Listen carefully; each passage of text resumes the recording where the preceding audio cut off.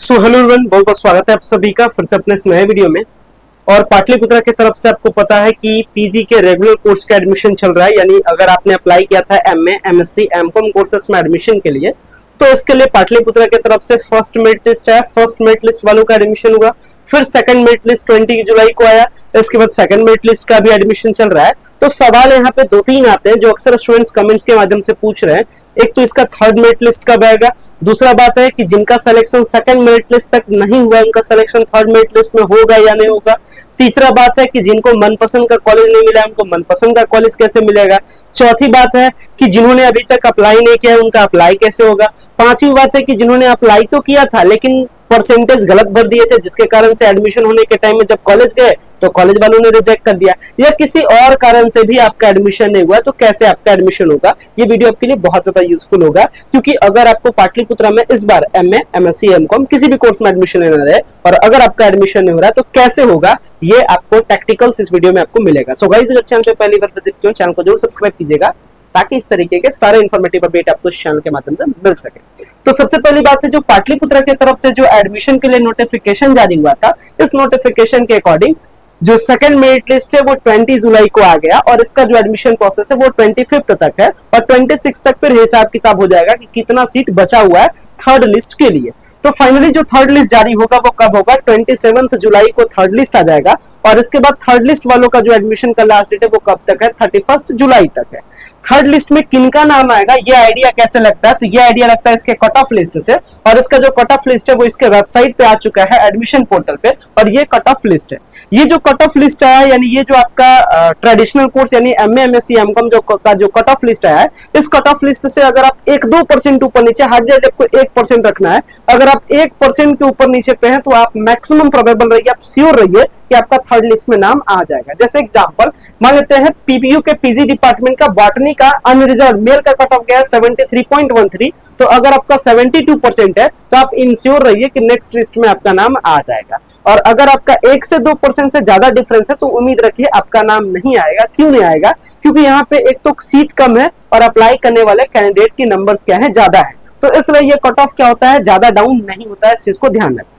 हालांकि अगर आपका नाम सेकंड मेरिट लिस्ट में है लेकिन वो मनपसंद कॉलेज नहीं है तो आपको पता है इसके लिए जो पाटलिपुत्रा प्रोसेस रखी है वो रखी है ऑटो स्लाइडर प्रोसेस। मतलब आपको एडमिशन नहीं लेना है, मतलब अगर आपने, ऐसे समझते हैं हम लोग, मान लेते हैं कि आपने फॉर्म भरने के टाइम में इस तरीके से 5 कॉलेज दिया, ठीक है, और सेकंड मेरिट लिस्ट में आपका नाम आ गया तीसरा कॉलेज में, लेकिन आपका मन है पहला कॉलेज में लेने का, या फिर आप सोच रहे कम से कम दूसरा कॉलेज मिल जाए, तो वैसे सिचुएशन में पाटलिपुत्रा एक प्रोसेस को अडॉप्ट करती है। ये प्रोसेस कहलाता है auto slider process. Auto slider process करने का मतलब होता है कि जब तक आपको मनपसंद नहीं मिले तब तक आप एडमिशन नहीं लीजिए। यानी अगर अभी इनको तीसरा कॉलेज में नाम आ गया है, अगर ये पसंद नहीं है तो ये एडमिशन नहीं लेंगे। जब थर्ड लिस्ट आएगा तो अगर इनका परसेंटेज मैच करेगा, अगर आपका इनका कट ऑफ मैच करेगा फर्स्ट या सेकंड कॉलेज से, तो फिर इनका क्या हो जाएगा, सिलेक्शन सेकंड या फर्स्ट में हो जाएगा। और अगर ऐसा नहीं होता, अगर इनका परसेंटेज नहीं ठीक ठाक होता है तो फिर से इनका थर्ड कॉलेज में रहेगा ही रहेगा। मतलब कहने का दोनों हाथ में आपका लड्डू है, अगर आपका परसेंटेज ठीक है तो ऊपर की ओर कॉलेज आपको मिल जाएगा, और नहीं रहेगा तो कम से कम ये जो आपको मिला है ये बचा हुआ रहेगा। तो एक आपके लिए मौका मिलते हैं, ये बहुत अच्छी बात है। इस ऑटो स्लाइडर का फायदा जरूर उठाइए, ठीक है। बाकी चलिए अब वैसे स्टूडेंट्स के लिए बात करते हैं जिनका क्या हो, जिनका अप्लाई नहीं हो या किसी कारणवश एडमिशन नहीं हुआ है, उनके लिए बात करते हैं। तो ये जो नोटिफिकेशन जारी हुआ, इसी नोटिफिकेशन यानी एडमिशन के प्रोसेस में आपको पता है कि जो पूरा एडमिशन प्रोसेस है ये कब तक खत्म हो जाएगा, 2 अगस्त तक। और इसी के नीचे ये बात बताया जाता है कि जैसे ही एडमिशन प्रोसेस खत्म होगा इसके बाद अगर सीट बचता है तो एक और एडमिशन आएगा जिसको हम लोग कहते हैं स्पॉट एडमिशन।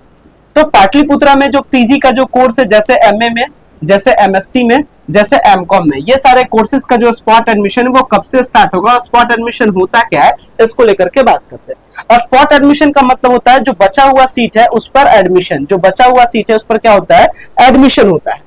हालांकि स्पॉट एडमिशन का मतलब होता है पहले आइए पहले पाइए, बट ऐसा है नहीं।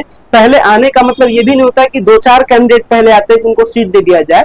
चूंकि सीट लिमिटेड में बार बता रहा हूँ, नंबर ऑफ अप्लाइंग कैंडिडेट ज्यादा है, तो जो भी सीट बचता है इस पर क्या होता है, पहले अप्लाई होता है, अप्लाई होने के बाद फिर इसका मेरिट लिस्ट आता है और फिर जाकर के इसका एडमिशन होता है। यानी जो स्पॉट एडमिशन है इस पे भी क्या होता है, इसका भी 3 स्टेज होता है। तो जो स्पॉट एडमिशन है पाटलिपुत्रा का, ये लगभग उम्मीद है 4 अगस्त से स्टार्ट हो जाएगा और इसका नोटिफिकेशन 2 अगस्त तक आते आते 2 अगस्त के शाम हाथों होते तक ये क्या हो जाएगा, नोटिफिकेशन स्पॉट एडमिशन का आ जाएगा।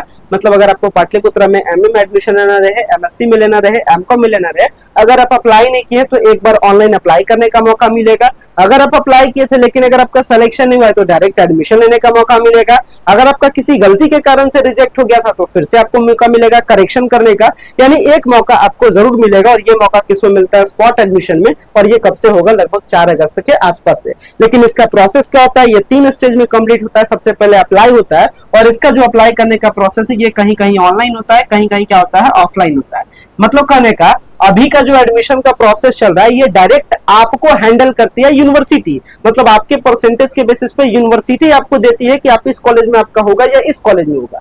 लेकिन स्पॉट एडमिशन के प्रोसेस में यूनिवर्सिटी आपको पूरा छूट देती है, जिस कॉलेज में आपको एडमिशन लेने का मन करे उस कॉलेज में जाकर के पेपर जमा कीजिए। कॉलेज वाले मेरिट लिस्ट बनाएंगे, जिस कॉलेज का मेरिट लिस्ट में आपको नाम आ गया आप उस कॉलेज में एडमिशन ले सकते हैं। और मान लेते हैं कि एक कैंडिडेट है और उन्होंने क्या किया कि उन्होंने 4-5 कॉलेज में जमा किया और मान लेते हैं उनका नाम 5 कॉलेज में आ गया, तो उनका जहां मन करेगा वहां एडमिशन लेंगे।